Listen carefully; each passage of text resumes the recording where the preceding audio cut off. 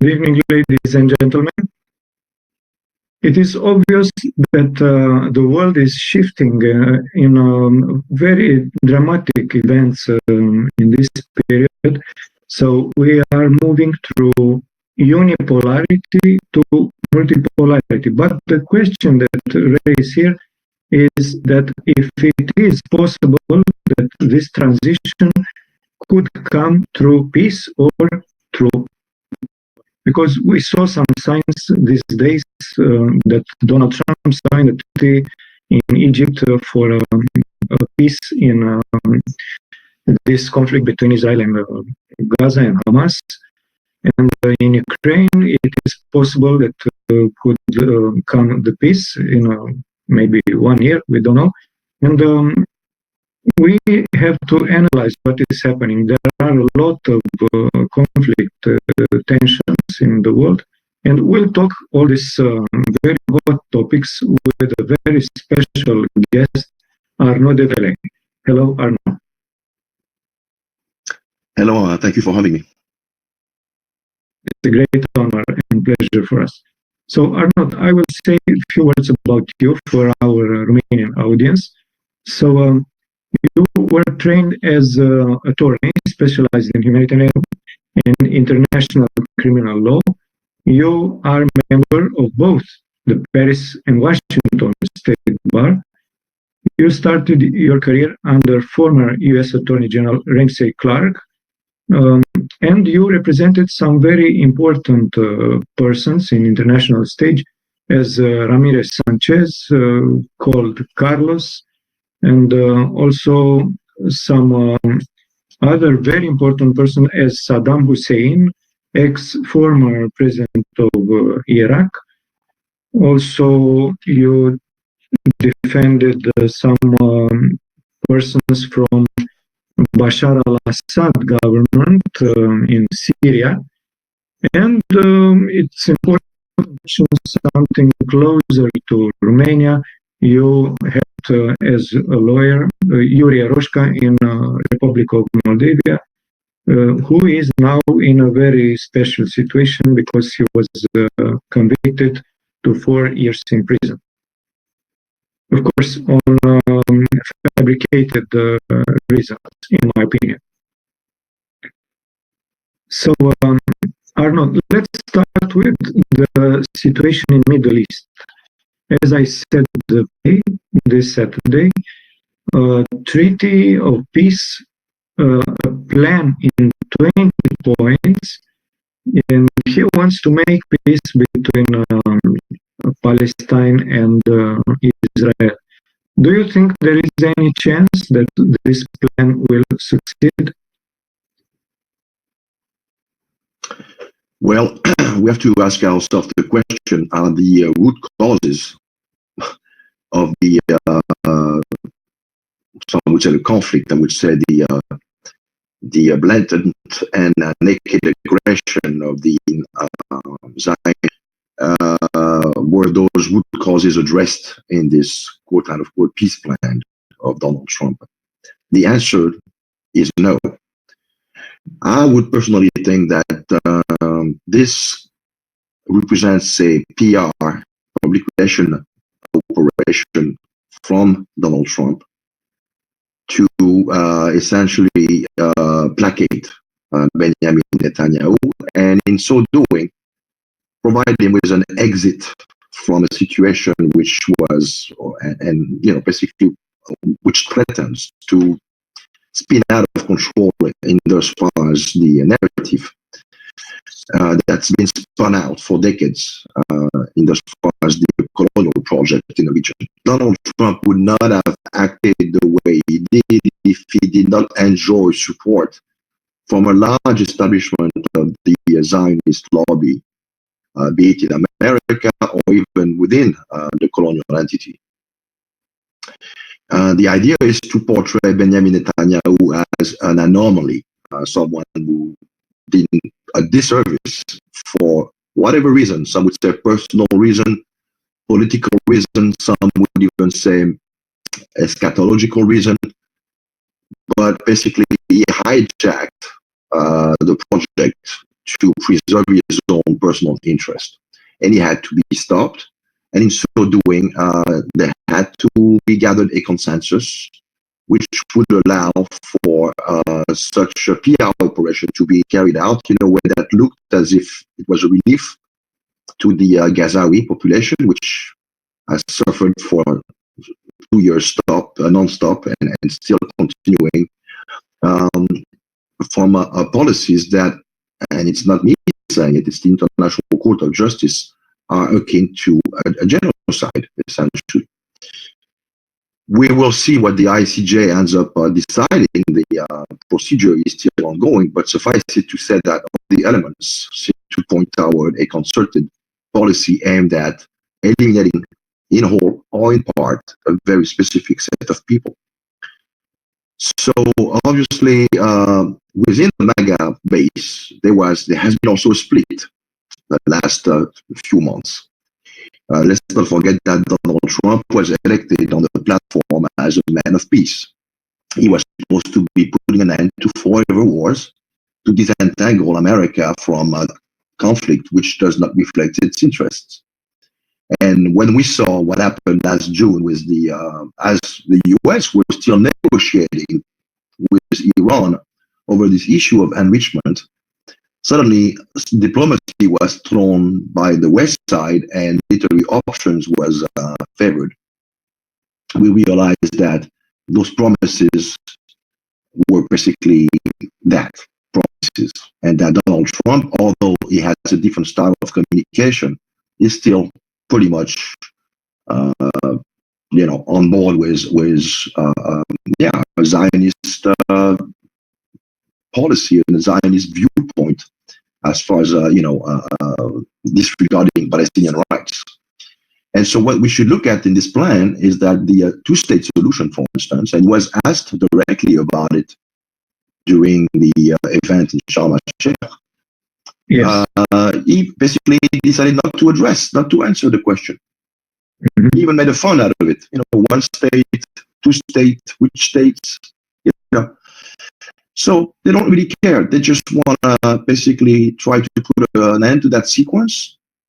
We know that in parallel to this, the powerful Zionist lobby through the ADL in the US, which is kind of the point organization on any kind of social engineering and political maneuvers, got started on raising awareness among members of Congress about the dangers posed by TikTok, the application TikTok, which is Chinese social platform, but which is the only platform that allows, through its algorithm, unknown accounts, people with no followers, no subscribers, to enjoy the same visibility as established accounts. And those people, by and large, like a trickle effect, were able to make a big dent in the narrative that was imposed forcefully in the West during those last 2 years, that indeed the victim was the assaulter and vice versa, and that things did not quite look as they were saying, it was. So in so doing, they presented that the fact that American users' data would be at risk of something had to be done to bring this TikTok American branch under American control. But in fact, it was really all about trying to plug this loss of control of the narrative regarding all the events that have followed since October 7th, 2023. And so they succeeded in doing so. TikTok America will come under the control of Oracle, which is headed by Larry Ellison. Larry Ellison is the foremost contributor and financier of the Israeli armed forces, and he will make sure that those algorithms come into conformity, quote unquote, as any other platform in as far as the characterization of what's happened. They also bought CBS and placed at the head of CBS someone named Barry Weiss, who's also known as a staunch Zionist. So, see, all this was a concerted move basically to reassert control over a situation which had become extremely complicated and that was threatening to unravel 6-7 decades of weaponized information in as far as the Cornwall project is concerned. But there already are doubts that the Israelis will honor their obligations. Some of the dead, quote unquote, hostages, they are not hostages, they are prisoners of wars, since every Israeli citizen is obligated to serve at least 3 years and is then on reserve for the rest of their lives, pretty much, as an army of occupation. So, even the semantic use here is very misleading. But in any event, they already are dragging their feet and trying to call into question, the accord, essentially. They also are double downing on demanding that Hamas be disarmed. Hamas will never disarm. Exactly. Yes. Yes. And all this is contingent, of course, on a withdrawal of the Israeli forces, but not out of Gaza. Will be only implemented over 3 to 8 months, and it's conditioned to some of the conditions demanded from Hamas. So it's a unilateral arrangement, and does not reflect the fact that technically, despite media-wise, and some would say even militarily, when one looks at the report of forces in presence, Hamas won this conflict. So this is just another sequence which characterizes the Middle East conflict. Following an active phase, we go through some kind of a muted phase, but all the ingredients are present so that in the foreseeable future, hostilities will again, occur. So let's look at the technicality of the deal. So basically, all the Gulf Arab states will be financing the reconstruction. There are talks of a consortium being created, headed by the butcher of Iraq, Tony Blair, although there are already resistance about this, but it seems that the decision has been made. And we can expect basically a two-tier arrangement where the lords and masters will reside and occupy those apartments, luxury apartments in this Trump Riviera, which is what they're calling it now.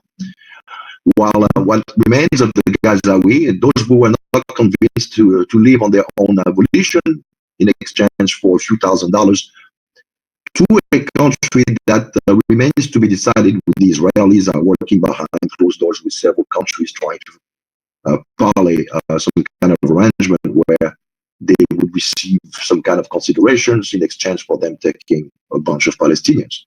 We've heard about Libya, we've heard about Sudan, we've heard about other places as well.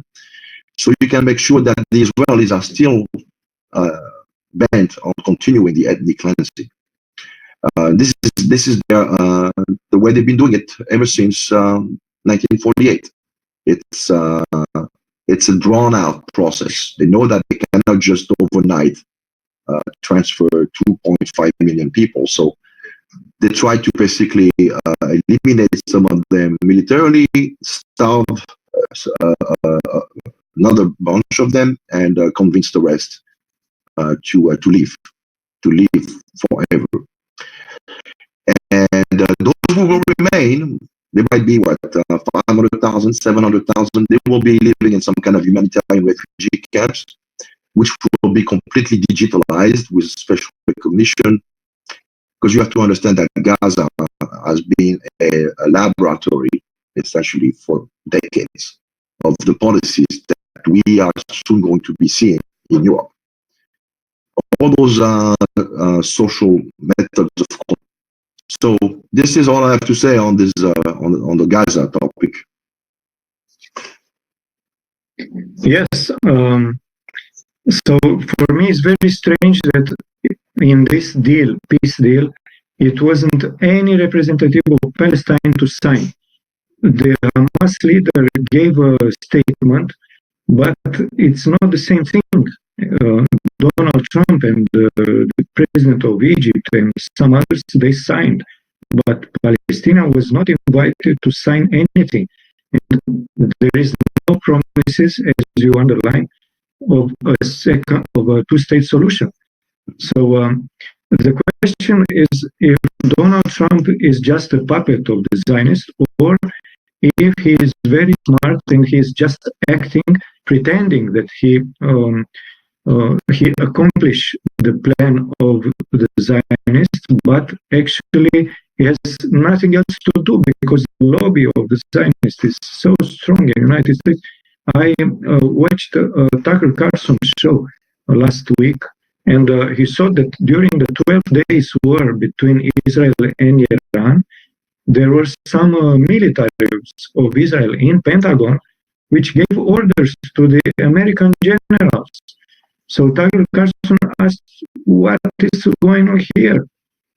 How is it possible that this Israeli military come to give orders in Pentagon, in the United States?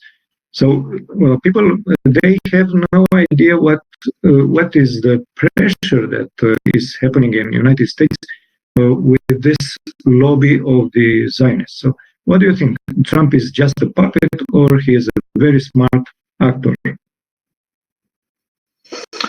Well, I think Trump is first and foremost an opportunistic individual.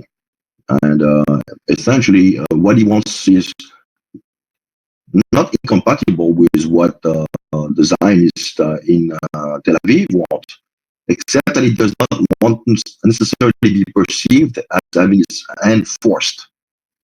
It's all about public perception, I think, with Trump. But fundamentally, whether they decide to eliminate Palestinians slowly or quickly, I don't think it really matters to him. I mean, don't forget that he's married into it. Some suspect that he even converted to the Lubavitch sect. He attended a special event a few months back on at the grave of the late Rabbi Schneerson. Let's recall for our viewers that Rabbi Schneerson was once touted as the Jewish Messiah. He died in 1994, and he's the same rabbi who met a young Benjamin Netanyahu in 1990 in Brooklyn, and basically enjoyed him to pursue and work toward the great Israel and the arrival of Mashiach. So it's all connected. It's a small club. It's the same thing. Taken under the wing of no less than Roy Cohn. Roy Cohn, who was not a religious Jew by any stretch of the imagination, but he was a staunch Zionist. Like many of them who started on the left in the 1950s, 60s, And following the 1973 war, they all turned neoconservatives. And so it became more important to favor at all costs the survival of the colonial project, and somehow to work toward a situation where the interest of foreign policy between the US and the colonial project were reduced to almost nothing. And this is what we saw after 2001, where neocons infested the administration of Bush Jr., and it became almost impossible to differentiate between the policy objectives of the two countries, or at least this is how they presented it to us. And today we come to the final terminal stage of the narrative, which, despite all the images that are dripping on everyone's smartphone as to what's been going on there, it's almost impossible to avoid averting our eyes on what has happened. We're being told that they're fighting. They are the vanguard of the fight against barbarism, and they are fighting on behalf of civilization. So that's the old Samuel Huntington playbook. It's nothing new here.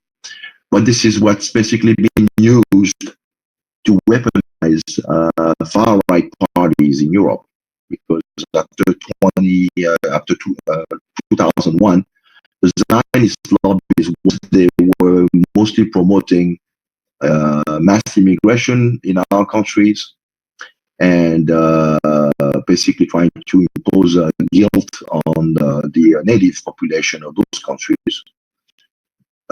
They decided, following 2001, to switch completely alliances and start portraying their former charges as anti-Semitic, only because basically they were feeling solidarity with their Palestinian brothers, and they did not abandon those core principles, those core beliefs, even though they were now living in new countries. They remained staunchly and tightly sympathetic to the Palestinian cause. So that became a problem to the Zionist lobbies all over the Western world.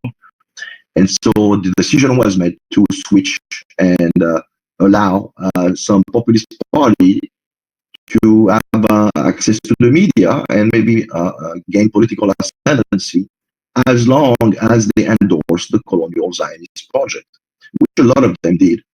Some of them by opportunistic reason, others for really deeply held aversion to basically the makeup of the new people that were arriving in their respective countries.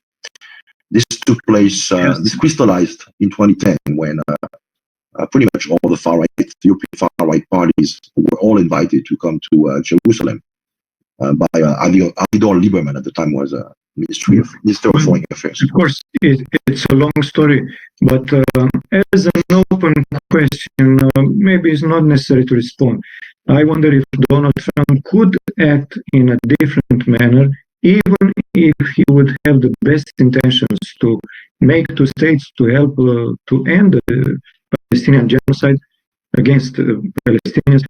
So I think it's not possible for Trump to be directly against the Zionists, because they would kill him.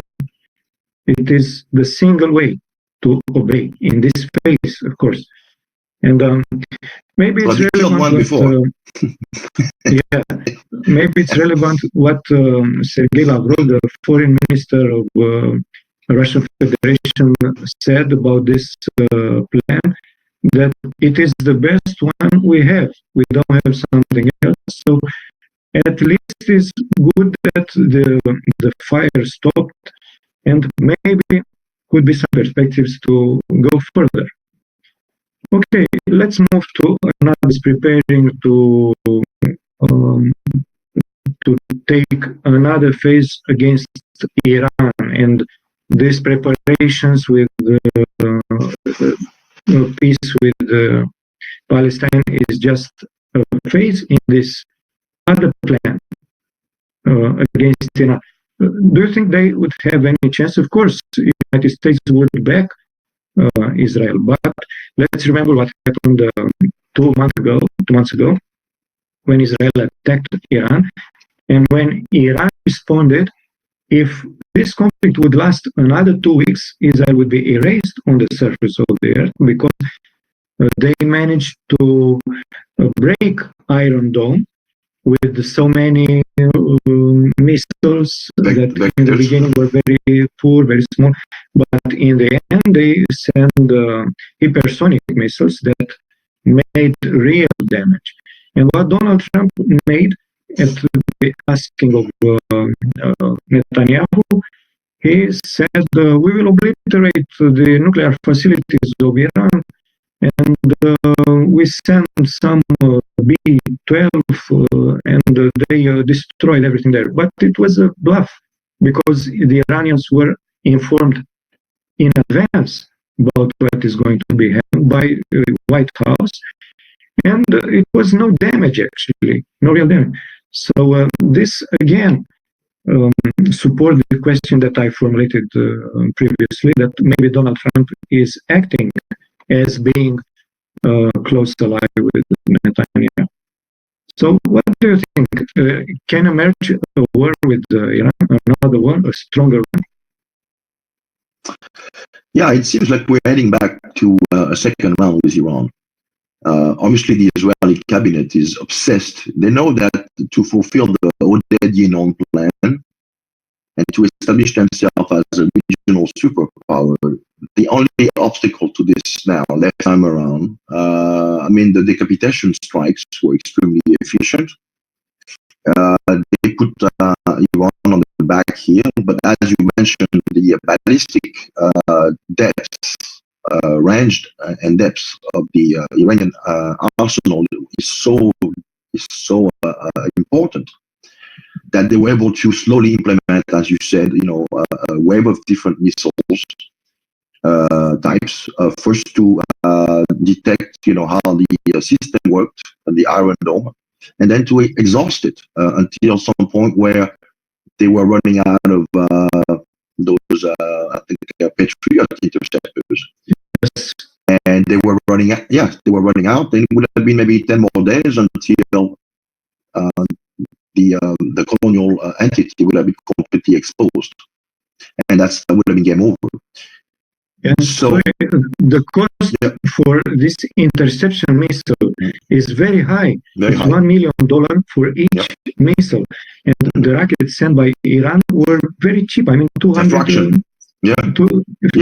Yes. So it is a strategy that is an advantage of Iran. Yeah. And let's remember that Iran is very close ally with Russia and China, who has a very important strategic interest to defend Iran. So if if Israel starts in US war with Iran, they have to confront with Russia and China also, and all the BRICS. Well, yes and no. I mean, Russia and China, especially Russia, is very legalistic. So they would not have contributed much to the extent there was a strategic agreement that was signed, but did not get implemented until very, very recently. I think not even 10 days ago, when the Iranian parliament finally ratified it, and now it's into effect. But Iran needs a lot of military hardware. They have no air force to speak of. There's a big order bearing on Sukhoi 35. But it's going to take a while to deliver them. You have to train the pilots. We can expect maybe there were talk about S-400 being delivered, but no confirmation on that. A lot of cargo planes going back and forth, but again, nothing really confirmed. But at least now the agreement allows the legal framework for Russia to provide the added military support in terms of equipment and in terms of military advisors.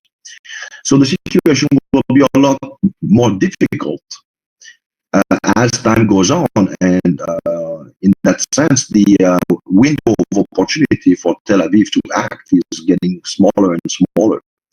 So the real question will be to see whether after the PR success of Trump in Sharm el-Sheikh, will, and he alluded to Iran. He said, yes, Iran could be part of the prosperity arc. They could even come to sign Abraham Accord. They even invited Iran to Sharm el-Sheikh, which, the foreign ministry of Iran said, we're not going to be attending a conference with people who just attacked us a mere 3 months ago. It doesn't make any sense.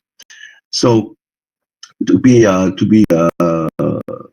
somewhat thorough on the issue, no, I don't think, especially when you look at the partners in the coalition, the Israeli government, there's no room for Iran to be left alone. And I think it will be the opportunity for Trump's hand again. Right now, the main element of language seems to be that the 400 kilos of enriched uranium are nowhere to be found. And Rafael Grossi, the on the payroll director general of the IAEA, has also basically confirmed that this uranium, this enriched uranium, is unaccounted for. So you can begin investing all the media, the main media outlet, and they will try to again, raise concerns that they are about to make a bomb. This is one of the reasons why Iran, although it had all the legal grounds to do so, refrained from withdrawing from the NPT, because then that would have provided the excuse necessary to resume military action. So we'll see what happens. But they already went back on the snapback into full force. And on that particular front, I would assume that China is doing its part and making sure that Iran gets access to, medicine or, any kind of consumer goods, anything they may need to continue to function. Because obviously the game is not over. Yes, and Arnaud, it's important to observe that in comparison with what it was in 1967, when Israel managed to defeat 6 nations in that 6 days war, and it was an event very relevant 2 weeks ago when Israel bombed Doha, the capital of Qatar, and it was a surprise because the military in Qatar noticed that their defense system that was delivered by Americans did not work against the Israeli missiles. So they did not know that the defense system has a setting that does not work against America and Israel. So they are defenseless in this situation. And Saudi Arabia has the same defending system, and they went to Putin. These are not good for anything. And we saw that Saudi Arabia made a military agreement with Pakistan, and Iran is involved in Shanghai Cooperation Organization. So there are some other relationships there. It's not so easy to defeat Iran, or if the conflict spread. Okay, but it's a huge analysis. If I may say something to this point. Yes. And Kissinger had said so many times before that you cannot trust America and by extension the Zionist entity. I mean, those Arab states have completely surrendered their Islamic duties, their ethics. They have lost all credibility with their own people. And this incident in Doha was really revealing in that sense that if need be, there's a choice to be made between them and Tel Aviv, they will always come second. So that might actually be a watershed moment, in their realizing that notwithstanding all kind of Abraham Accords or whatever nonsense, excluding the Palestinians from some kind of bartering deals. If the need requires it, they will be thrown under the bus in a second. So let's hope that they learn the lesson this time Yes. So let's talk a bit about the situation in Ukraine. You live in a close area of that part of the world, and you are very well informed in this topic. So what do you think, how much European Union could support anymore this conflict? Because, of course, Donald Trump is making business. He's sending weapons to NATO, and NATO offers these weapons to Ukraine. And now we saw that Donald Trump somehow he agreed to sell Tomahawk missiles that are able to strike in the deepness of Russia. This would be very, very dangerous, and Tomahawk can support even nuclear weapons. And President of Russia, Vladimir Putin, said, if you are going to do this, we are considering that it's a nuclear provocation, and we will respond. So do you think the things will escalate, or we can expect in near future that Ukraine will recognize, will admit that they have no possibilities to continue? Well, a few points to clarify before answering this question. Number one, there's no such thing as Ukraine or Ukraine-Russia conflict. It's NATO using Ukraine as a proxy. Ukraine is not an independent state. It has no sovereign will of its own. It is just a proxy.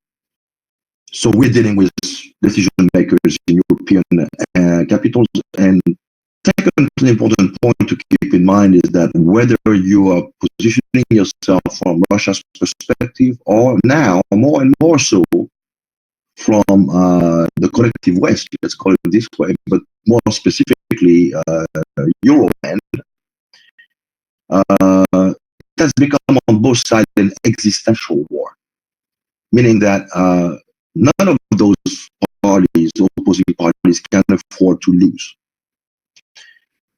Those fundamentals make it that the stakes, for that reason, all the talks that Donald Trump was going to come in and resolve the issue in, 24 hours, then it was going to be 100 days. It was always just a campaign talk. Donald Trump, when he says this is not my war, he's the president of the U.S. The U.S. is 1 degree of separation away from frontal confrontation with the Russian Federation. It's not me saying it. It's the New York Times in a very detailed and thorough article that was published about a year and a half ago. NATO providing equipment and intelligence and finances, essentially is again 1 degree of separation. They basically tell the Ukrainian proxies where to shoot. They are right behind them on the battlefield. As you mentioned, with the Tomahawks, the Tomahawks, we're talking about 40 to 50 Tomahawks. If the order is confirmed, that would be delivered to Ukraine. But you would need satellite operating personnel to make the use of those weapons effective. So between delivering those weapons and actually using them, there's a big stretch. Also, keep in mind that Tomahawks is not the first or the only one of those long-range missiles. We've had also the Storm Shadows. We've had the Taurus, German Taurus ones. So the West is basically somehow, on the whole, I would say, refraining from going that route. They don't want the conflict to escalate to such uncontrollable levels. So it's really a war of nerves right now. What I would say is that since this vaunted summit in Alaska on August 15th, almost 2 months ago now, today actually might have existed around this summit, have pretty much evaporated. It's gone. No progress has been made on the consular and diplomatic property issue. There were talks about re-establishing direct flights between Moscow and American cities. No progress on this. There have been talks about American companies doing business in Russia or in consultation with Russian companies in Arctic circles, or in the context of maybe even exploiting some of the resources in Ukraine. But interestingly enough, there's been no talks about Russian companies going to America to work.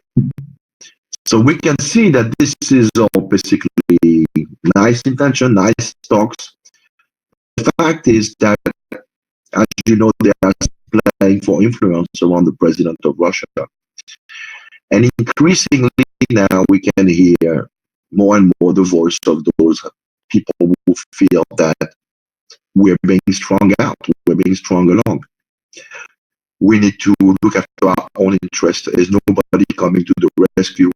There's no cowboy coming on a white horse to make peace.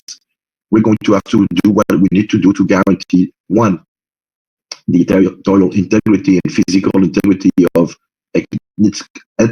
Russian ethnic-speaking population in what are now former eastern oblast of Ukraine, because those regions expressed their will through referenda. They expressed their right self-determination and voted overwhelmingly to become subject of the Russian Federation.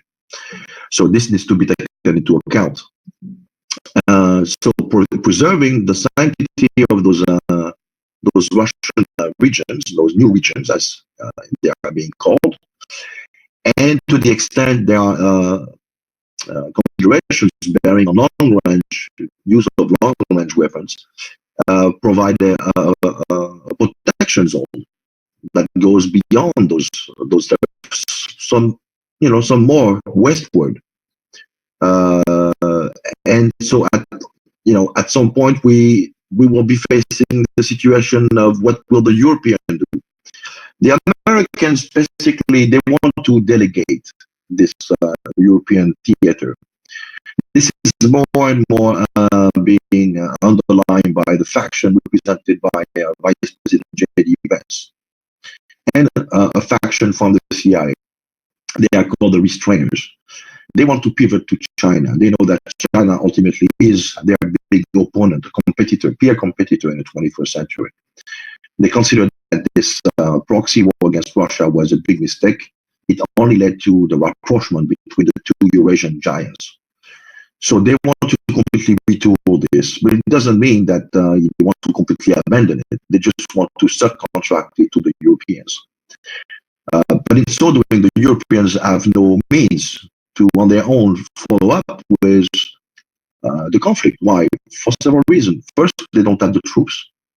They don't have the industrial base, because neoliberal and woke policies, that's part of the globalist agenda, have had the perverse effect of rendering their capacity to keep up with the Russian manufacturing of shells and other missiles completely inadapted. So it's going to take a while, and that's why we're hearing about this gigantic 800 billion plan to rearm Europe.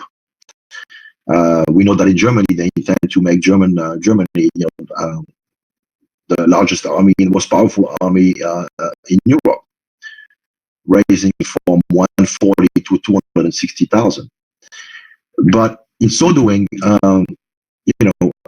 they're going to have to basically, again, shoot themselves in the foot, because all the weaponry, and that was supposed to be what Europe was all about, supranational entity. Even if we go down this path of analysis, we'll be able to export European-made product. Here, this is not the case. As we've seen for years now, for 20 years at least, countries like Poland, they get money from Brussels also, and when it comes to their own security needs, they purchase some American F-35s. When Europe has a lot of models, you have the Rafale, you have the Tornado. There are a lot of good European fighter jets, but they're buying F-35s. So this means that NATO essentially has completely selected the civilian face of NATO, nothing more, nothing less. Which is why we've seen election interference the last 2-3 years in key countries on what is considered NATO's eastern flank.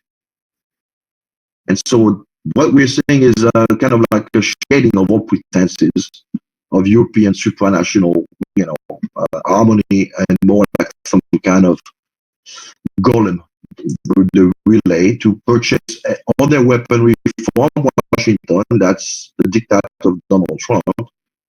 While America pivots towards China and focuses on the South China Sea, Europe will be left to, quote unquote, contain Russia's territorial ambition, which, of course, I put a lot of quotation mark on this term. So this is where we are right now. It's an existential issue for Europe. It's brought nothing but ruins and abandoned dozens of millions of people into poverty. And they need somehow to cement their supranational authority at the level of the European Union, and fanning the flames of a conflict with Russia is a way for them to do it. Yes, and let's be honest, the objectives that they settled from the beginning, I mean, from February 2022, are not fulfilled. And I mean here, demilitarization of Ukraine, denazification is very important and very real, and also to stop genocide in Donbass, because we know very well that after the coup d'etat in 2014, the Kiev regime that was obedient to the West bombarded the Russian ethnics in Donbass, and they killed more than 14,000 people. And in this condition, the Minsk agreement was not respected anymore. How can I say, legitimized by the UN treaty, because they are member of Security Council of UN, and they are legitimized to intervene to stop a genocide. And this is actually the argument that was presented yes. To the International Court of Justice as a testimony before the ICJ. And their opening argument, their main argument, was that the Russian Federation violated their obligation per the Genocide Convention by invoking such convention as a justification for special military operation. Yes, they are so this argument, this shows the mindset, But interestingly enough, those arguments from Ukraine aside, and that allows Russia now to, they have done so, submitted a 522 pages memoir, which documents all the elements pointing out to the impending genocide that was about to take place on the eve of February 24th, 2022. So we'll see. The case is still ongoing. All the elements I just mentioned are still confidential until the procedure is complete. But at some point, we will probably get to see the full scope of what was about to happen before Russia stepped in. I would add one thing also, is that this the basis for the special military operation is really at the core of the narrative here. As we speak now, the Council of Europe and quote unquote Ukraine have signed an agreement to create a special court to, I quote, calling to account the Russian leadership for the act of aggression. So this is very important. This narrative is very important. If somehow this shenanigan, this kangaroo court is allowed to impose a narrative which completely undermine the reason why Russia acted pursuant to Resolution 2202, the Minsk Accord, in order to enforce the goals and objective protection of ethnic minorities, this could be a turning point. And so Russia should really be careful about keeping an eye on this and not dismiss it right out of hands, because on that side of the conflict, people know what the truth is, but on the Western side, a lot of people don't necessarily understand. So it would be interesting and important, I would say, if not indispensable, on the side of Russia to really be reactive and not allow these proceedings not to be contested in any way, shape, or form, even if it has to come through a civil society initiative. But it's important that the contradiction be brought to this project. We are in a hybrid warfare age. So there are military operations, there are crypto-legal operations, communication, information, propaganda. Everything has to be taken into account. And you cannot just dismiss right out of hand what appears on its face like a vain effort to revive European interest in, mobilizing against the Russian threat. Yes, and Russia is not in a hurry because the stake is much bigger than this war in Ukraine. The stake is the shifting of international order to multipolarity. And a lot of things has to be correlated. And of course, Russia is making a cleaning up inside Russia, because we know that there were a lot of oligarchs that served the interests of the West, of the oligarchy of the collective West, better said, and they are cleaning in Russia, and this is. You're alluding to the topic of corruption as a general topic. Yes, we could refer to this, but many institutions, as it is in United States. So in Russia also it was the deep state that act against the national interest of Russia. And now, after 2022, they managed to clean the situation, and in China also. But these are big subjects. Let's move to. That's interesting.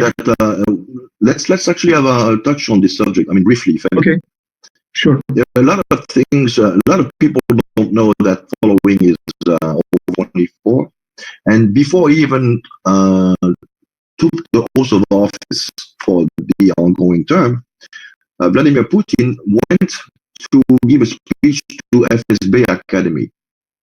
Mm-hmm. Which he knows very well because he once directed this organization. And he gave a speech and he said, he congratulated the cadets on their jobs, and he reaffirmed and re-emphasized some of the competence, and was want on stressing the need, more so than ever, even though it's been an ongoing process, to fight corruption. There's really a concerted fight to clean up institutions. And I can tell you that if you read Russian channels, every day almost, there are arrests at all kind of levels. It's unbelievable.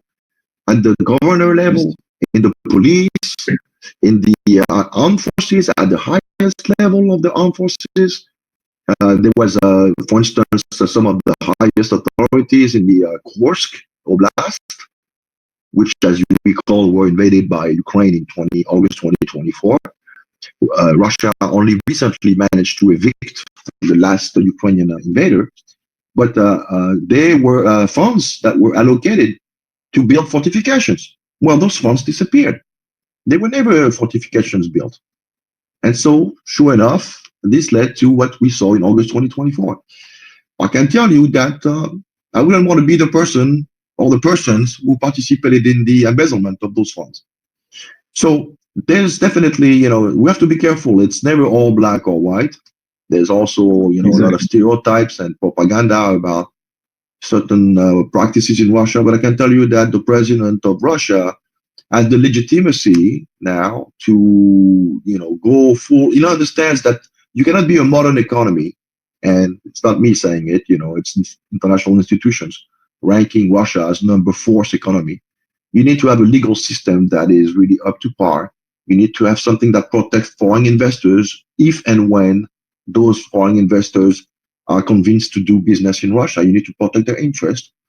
And you need to make sure that the likes of situations like what happened in Kursk never happens again. Because how are you going to rally the people behind you if you allow those dereliction of duties to go unpunished? So be sure, make no mistake about it, there's a concerted effort across the board to smack down any type of documented. The FSB is very busy. They run investigation. They're very good at what they do. It's just that we only hear about the occasional, failure, as in any anti-terrorism or anti-corruption law enforcement organization. 99% of the time, we never hear about the successes. But I can tell you that in snippets of information, it's every day that corruption is being cracked down. So just wanted to rectify the record on that. Yes, thank you very much. So actually, we could notice that all the countries in the world are more or less infiltrated by these agents of globalists. Because actually the fight is between nationalism and globalism. Many countries want to be sovereign, as Romania, France, Russian Federation, China, United States, but they don't succeed, most of the countries, because they are infiltrated with this kind of agents, especially through secret services. So let's move to European Union, and I would like to start with France, because I did not say in the beginning, but you are French citizenship, and I want to point something that is very important for us Romanian. There are some infiltration of secret services from France in Romania. We had presidential elections last year in November, and it was a candidate, a very special candidate, Călin Georgescu, and Moldova, who won. Yes, he won the first round of elections, and the system was desperate, absolutely desperate, because they were in confrontation with a situation that they could not control anymore. They cannot manipulate, and they canceled all the electoral process. In the second tour, even the people started to vote for. So the manipulation, the fraud of the vote did not help at all, because Călin Georgescu would win. So they canceled the elections. Everybody, all the world know this. Of course, in the United States, in everywhere, they are discussing this. It's outrageous, absolutely outrageous. But it was an interference from France. For instance, the ambassador of France in Romania had, before the coup d'etat in December 6th, talking with the chief of Constitutional Court of Romania.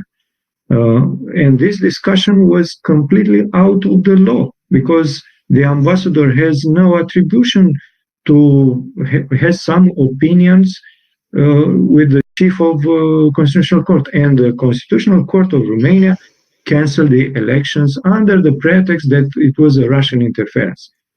And another interference was with the chief of the secret services for external information in France. His name is Nicolas Lerner. Mm-hmm. And Pavel Durov, the chief of Telegram, made a confession, a public confession. He actually sent this message to all the users of Telegram that the chief of secret services in France asked me to intervene on Telegram to censorship the posts that supporting this Romanian candidate, and I refused. And it's very significant. And let's mention former European Commissar. I think he was appointed at the end. Yeah. Mm-hmm. Thierry Breton, yes.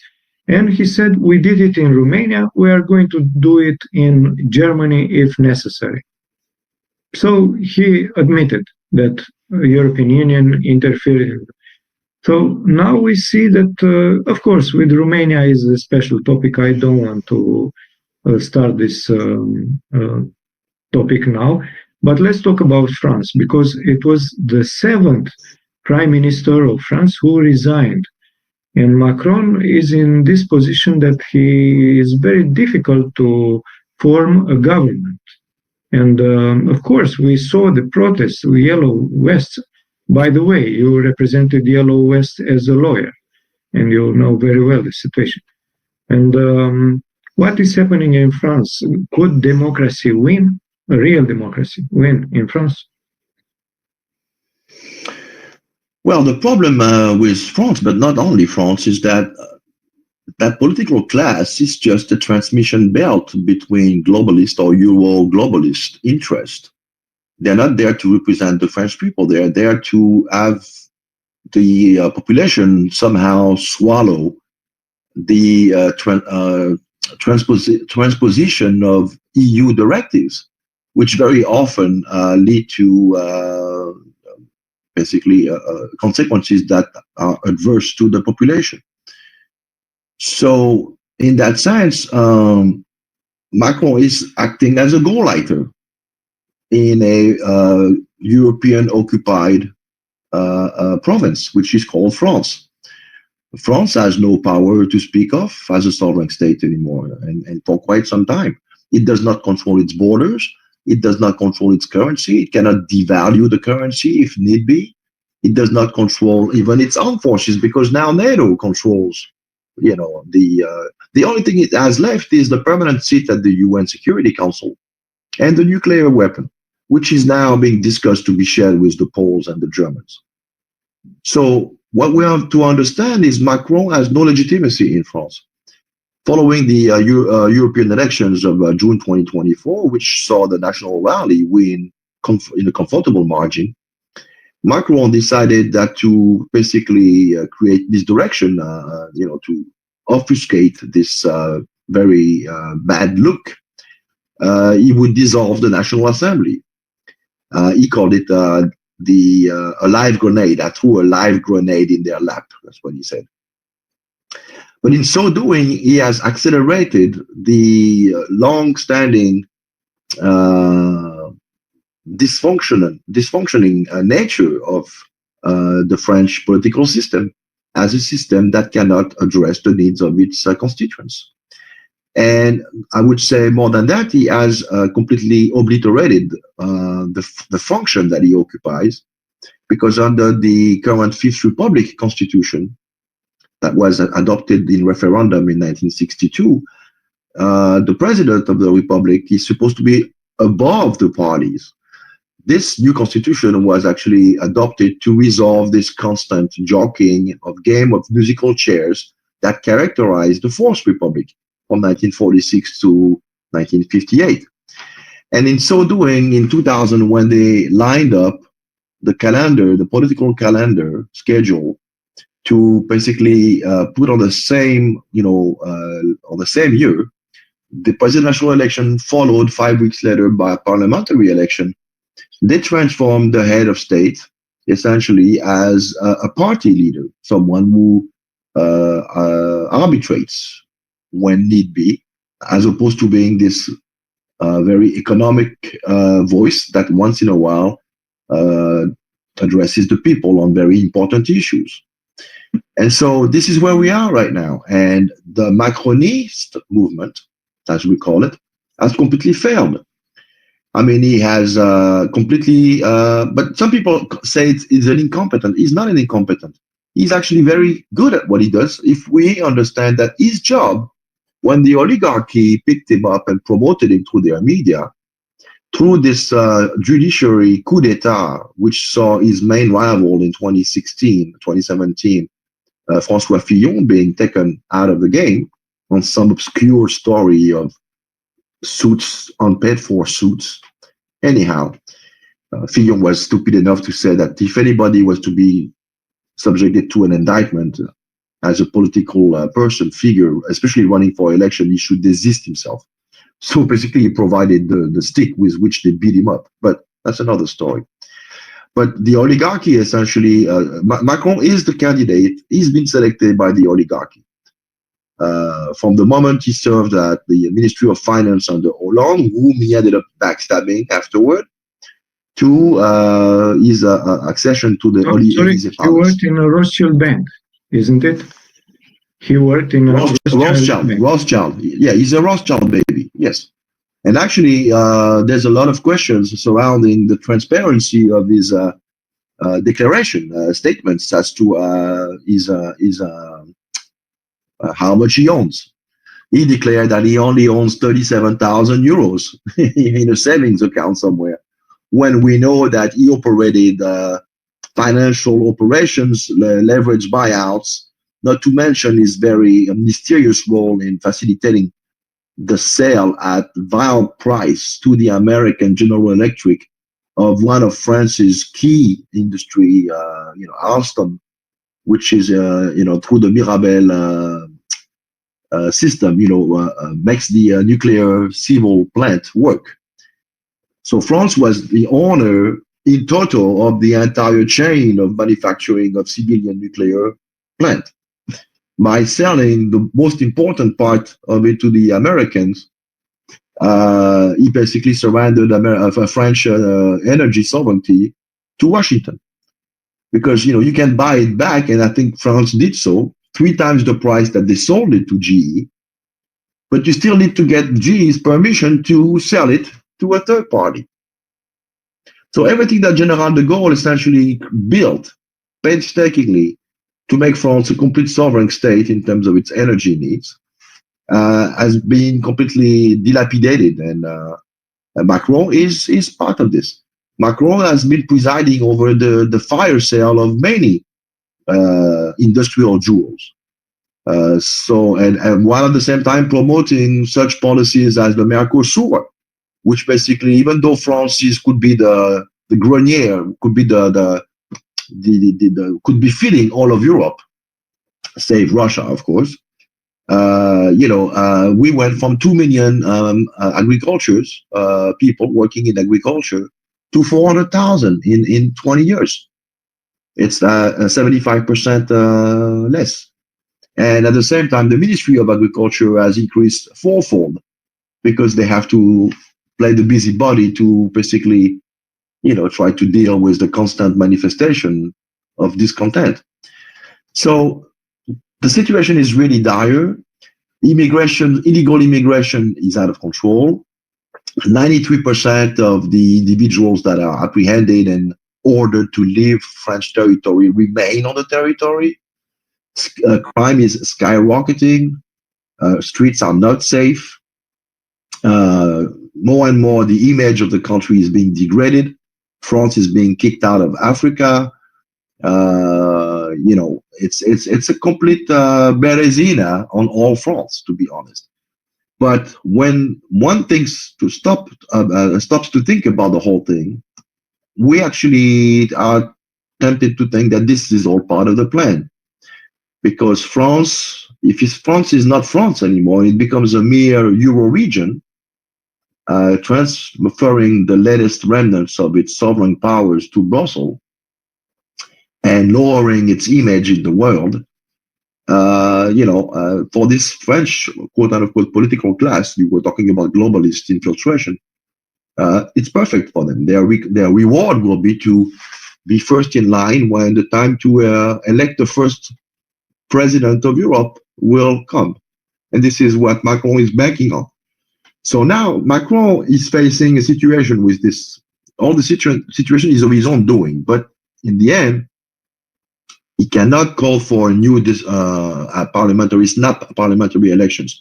This would be too dangerous because it would see the national rally probably gain more votes. And this strategy, this tactic of preventing through some unnatural, against the grain alliances with completely outspent and discredited political parties, establishment political parties, to prevent the national rally from exercising power would probably this time be like the last straw. I don't think it would work.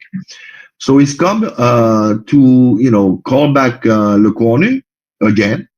So we'll have a Le Cornu 3 government, and he managed to get the socialists, Hollande's party, who only scored 1% at the last presidential election, and LR, Les Républicains, which is Sarkozy's former party, to basically come together to form some kind of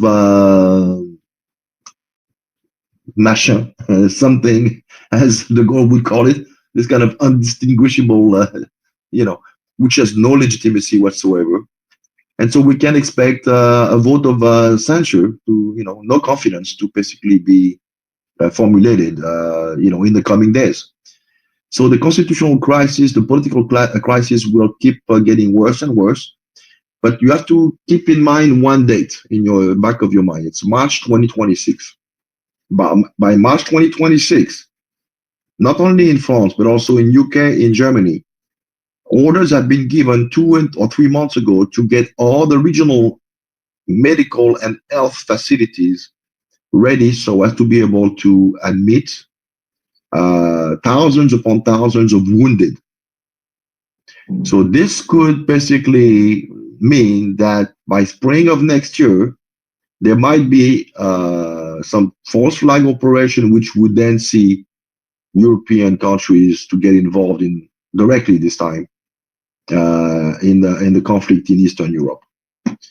So this is something, and this, you have to remember that no matter what country you're talking about, whether it's Merz in Germany, Starmer in UK, or I call it the Three Stooges, and Macron in France, all three of them are politically discredited. They are failed. They are imprisoning their own citizen in UK for posts and tweets. In Germany, we have a counter-natural alliance when the AfD should have been part of this coalition. In France, same scenario with National Rally. They cannot. I don't think they will wait until, for France, if anything, that they will wait until the presidential election of 2027. They would rather, in Germany, respectively, declare AfD illegal and ban it. The Basic Law of 1948 allows them to invoke certain provisions to do so. In France, after having convicted Marine Le Pen, they will try to create additional judicial cases. They will apply what Thierry Breton called the democratic shield. This is what they call it, democratic shield. In other words, Brussels will not suffer any contradiction. They've come too far on the roadmap. The next step, the next stop is a supranational federal state, federal superstate.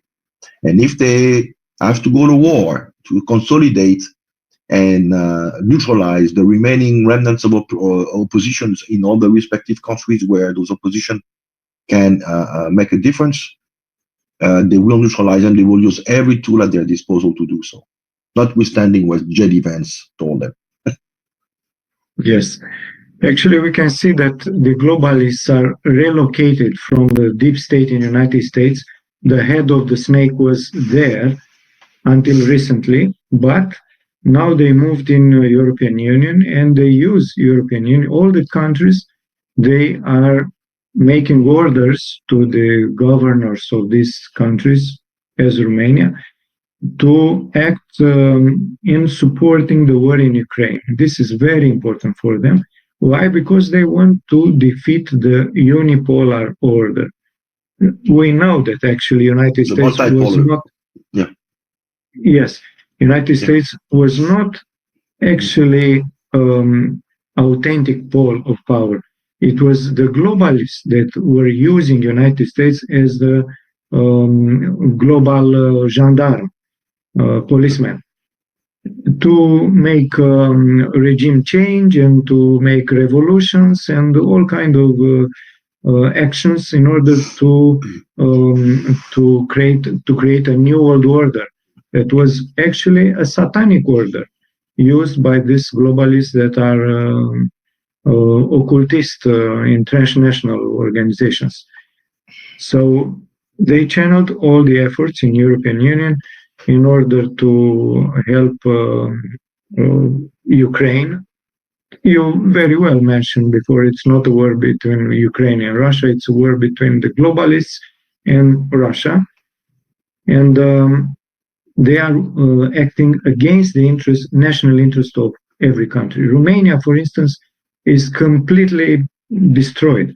I mean, we have no money from salaries. We need to borrow money from the IMF and World Bank and all kind of globalist organizations, because Romania does not produce anything anymore. All the industry was destroyed. We are just a market for the multinational from the globalists. And it's the same pattern in all the European Union, more or less, of course. Okay, so one last topic, if you agree. Let's talk a bit about Venezuela. We know about Monroe Doctrine that United States has from 1823. They want to control all the Western Hemisphere. They consider this hemisphere as our backyard, they say. And now they want to control Venezuela. Of course, it's easy to understand because Venezuela is a country with very big natural resources, especially oil, but others, gold, diamonds, and many others. And they have this pretext that is Venezuela is trading with drugs, and they need to stop these cartels. What do you think? They will escalate these tensions? I mean, the Americans, the globalists, actually. Yes, we can expect tensions to increase. I mean, let's recall that under Trump 1, Venezuela was already a target, and so it's nothing new. The narrative being peddled as far as drug enforcement operation is concerned is nothing new in South America when it comes down to U.S. Regime change operations. We saw it in 1989 in Panama, when Ortega, who used to be a CIA operative, he decided to one day operate out of his own whim and was punished for it. And the explanation, the justification for Operation Enduring Freedom, I think it was called, was that he was responsible for all the drug coming into Miami. Now, in Colombia, for decades, Washington supported far-right governments because they were concerned that the FARC, if in power, would be a vector of drugs. And they are putting the same thing with the Maduro government. Maduro himself has now I think a $5 or $10 million bounty over his head as the trafficker in chief, but also his Minister of Defense. So it's it's nothing new. But yeah, I think what we're going to be seeing in that sense of this regrouping in this regional consolidation, the U.S. is going to probably focus more and more energy on regime change in Venezuela. The thing is, Venezuela might be a step too far this time around. It's not a pushover. Chavism, as a Bolivarianism, has been around since 2002 now, in its current iteration, and people understand that if it weren't for the sanctions, the Venezuelan people would live very well. Keeping in mind that their standards of living have already increased from prior to the arrival of Chavez in power. So there's a strong sense of patriotism in Venezuela. Venezuela can also count on its ally from the multipolar world and global south. Exactly. Iran has been helping Venezuela. We can reminisce about that 5 years ago. Because that's an official. An official from China said, if you Americans, if you are going to attack Venezuela, you may consider this is an attack for China, because China wants the Venezuelan oil for their future development. Yeah, they want the Iranian oil and they want the Venezuelan oil. That's right. Yes. Venezuela is the top oil reserve in the world. Exactly. Let's be clear about this. The only problem is that being under sanction, they don't have the facilities to refine the oil, so they have to import it. That's the completely absurd situation we find ourselves in. They have the most oil, but by joining BRICS, they apply to become a BRICS member, and it's very possible. And if they join, they will going to be helped by China, by Russia.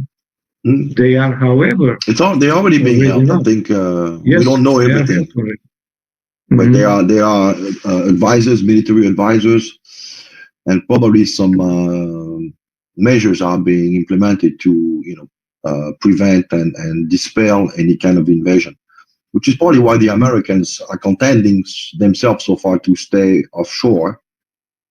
And what's outrageous, as was underlined by Gustavo Petro, the president of Colombia, was those two boats that were basically carrying, smugglers, people who were trying to escape the country.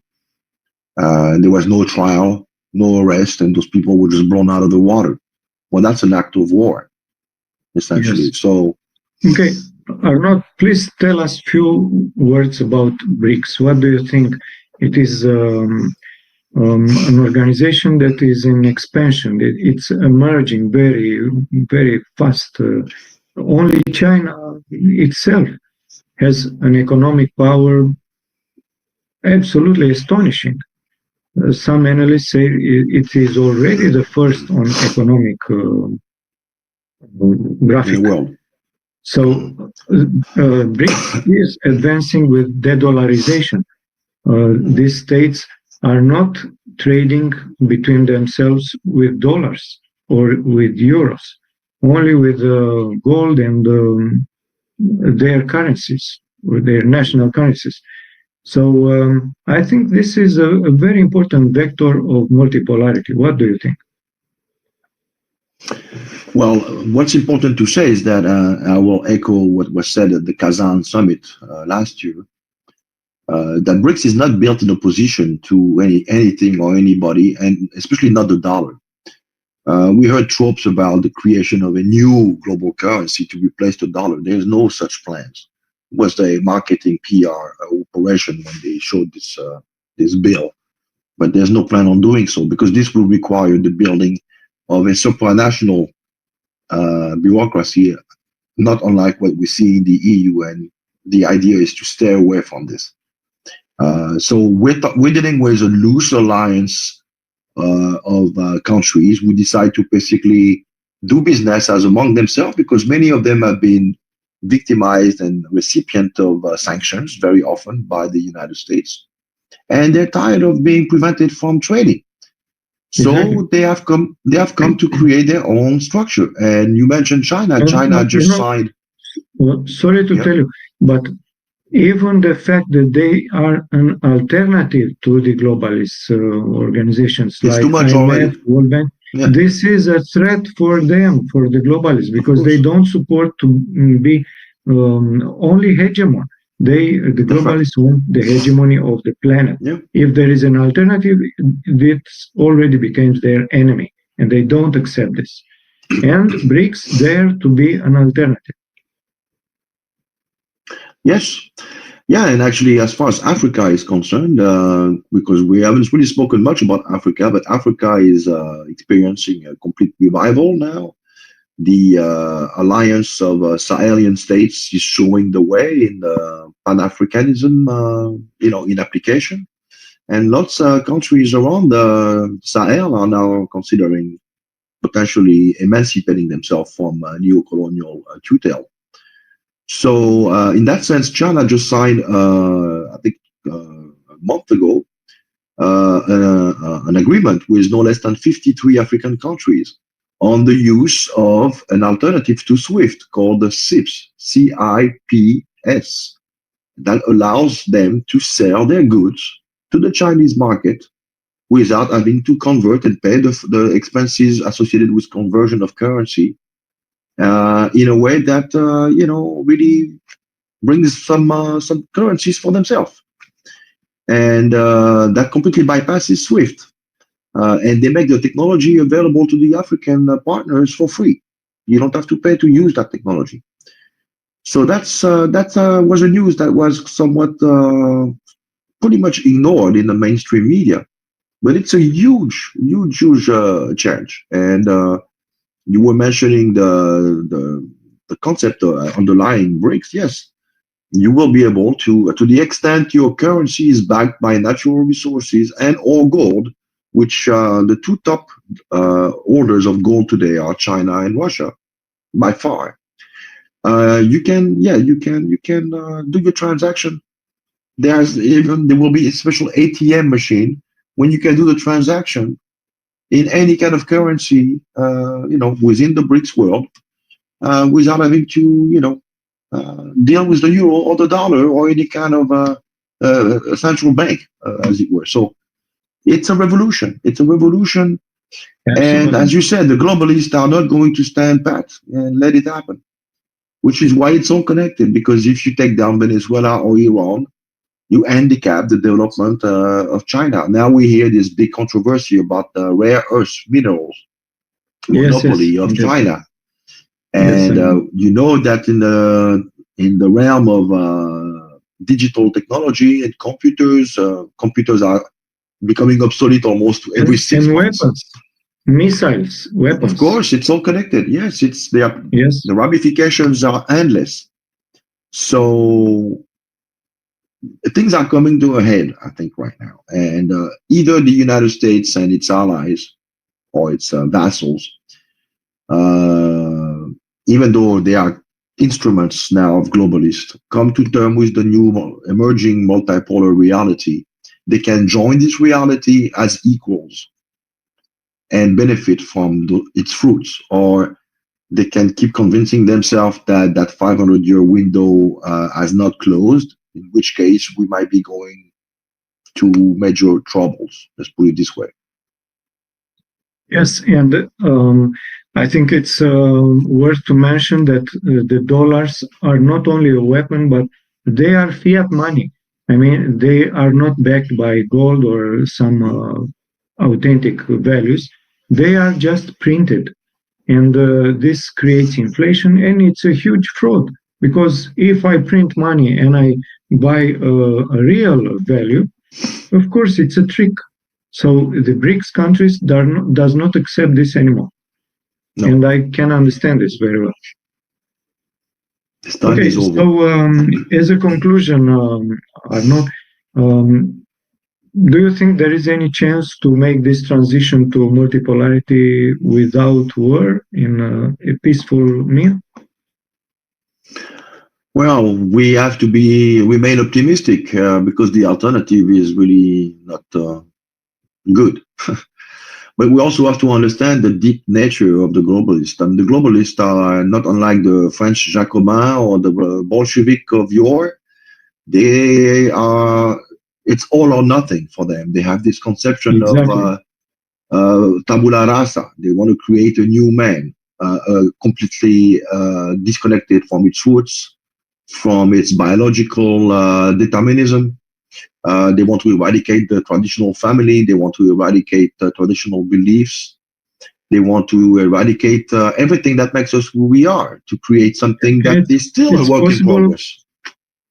It's possible that they would prefer to destroy the world with a nuclear war instead losing power. So this is also you cannot worth you taking cannot consideration. auscultate this possibility in the mind of those people who are, Yes, let's I be honest, think living in their own ivory towers. the anti-globalist power has to be very wise, because if you Patient. provoke the globalists, they act Yes. like a mad, like a Yes. satanic. Yes. Okay, so I agree. let's see and let's hope that the situation will move in a peaceful way. And Pianissimo. of course, in my opinion, the multipolarity is inevitable. I mean, it's multipolarity or destruction of the world. And I think the peace will and the justice will succeed. Arnaud, thank you very much. It was a pleasure to talk with you and an honor. And I wish you good luck in everything you do. I know that you are doing very, very important things in the international stage as a political counselor, not only analyst. And I'm sure you are going to make important deals in everything you do. Thank you again. And I thank to our audience that help us. We end here. Goodbye. See you soon.